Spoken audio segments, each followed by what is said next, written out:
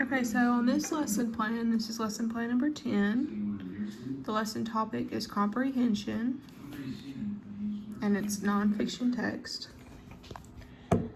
And so this time I decided that a PowerPoint was going to be a little bit harder to do with this kind of lesson, and so I just kind of left it as a lesson plan. On my TEKS, I did the 1.6 A, B, C, D, E, F, G, H, I.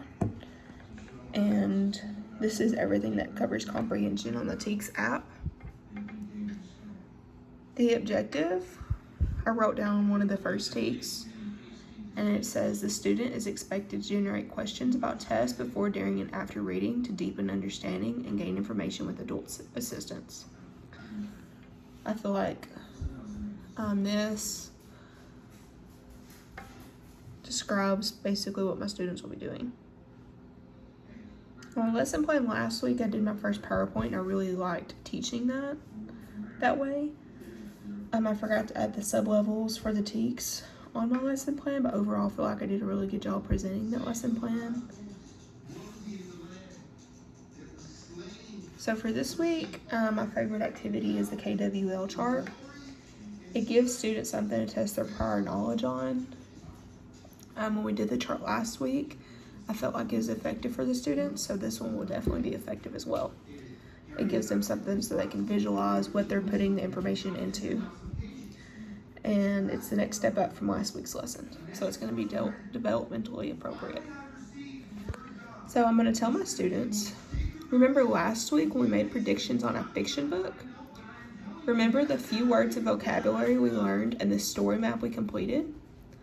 All of this got us ready for today's lesson. We are still making predictions, but this time over a nonfiction book. We will use our prior knowledge, creativity, and new knowledge to answer several questions and work as a group.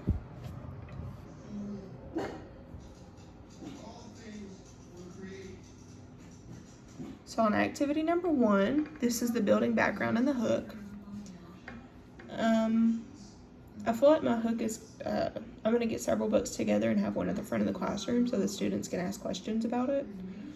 I will probably have a picture of a cup of milk, cheese, or yogurt on the board and allow the students' minds to wander. I'm not going to do a cow because I feel like that's going to be too easy when I ask them, where do you think milk comes from? And then this is going to be my hook. I'm going to say, have you ever had a nice cold glass of milk? Did you ever wonder where that milk comes from? My favorite snack is hot chocolate chip cookies and a glass of cold milk. Do you know what kind of animal makes all of this possible? The book we're about to read will tell us. And then this goes into my KWL chart.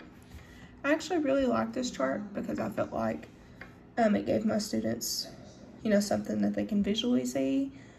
It lets them put stuff into a organized graph of stuff that they know, what they want to know, and what they have learned after we read the story. So just some inferences on what I feel like the students will say that they already know and what they want to know that I made. I'm going to put this graph on the board, and I'm going to give students a piece of paper with it on there, obviously blank. And I'm going to give them one example, and I'm going to let them finish filling it in. And then we're going to do the learn portion as a group. So the no is cows are black and white. I'm sure most students see a cow as black and white. Cows live on a farm. Most students know that cows live on a farm, so I figured this was something that they're going to say. And then cows eat grass. And then what do they want to know? Are all cows female? Do cows make milk, chocolate milk? And what are boy cows called? I figure students their age are going to ask questions like this. Most kids always want to know if cows make chocolate milk. So I kind of added that one in there. And so I'm going to have this up on the board, and I'm going to say, we're going to fill this in on stuff that we already know and things that we would like to know. Something that I know about cows before I read this book is that all cows are black, or no, some cows are black and white. What is something you know about cows? And I'm going to let them have a second to write that down on their paper, raise their hand, and say that as a group. And then I'm going to say, what is something you would like to know about cows? And then when we do our learn portion, I want to put in text from the book showing that we answered our questions.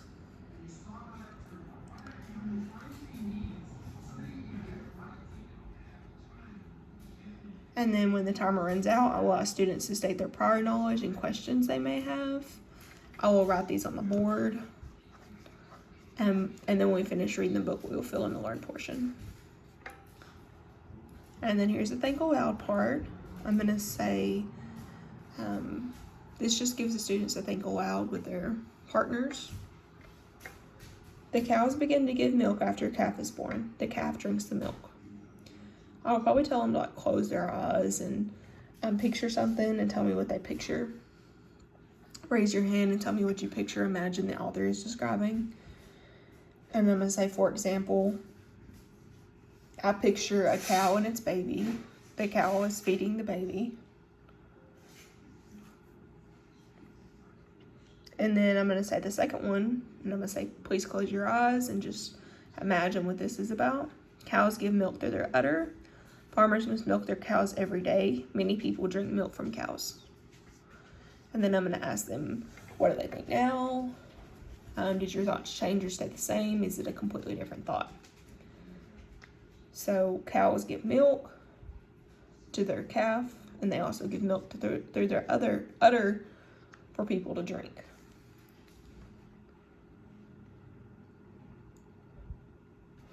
And then the think, pair, share. I'm going to partner them up, and I kind of want to put a struggling student with an advanced student so they can work together, or just a group of students together, about 3 maybe. I'm going to have them discuss what was your favorite part about what you learned about cows today. I'm going to tell them to, spend time thinking about their answer to this question, and then obviously spend time sharing it. So what was your favorite part about what you learned about cows today? And that can be anything. What color they are, them having calves, who they give milk to, what the milk is made of, or what products does the milk make.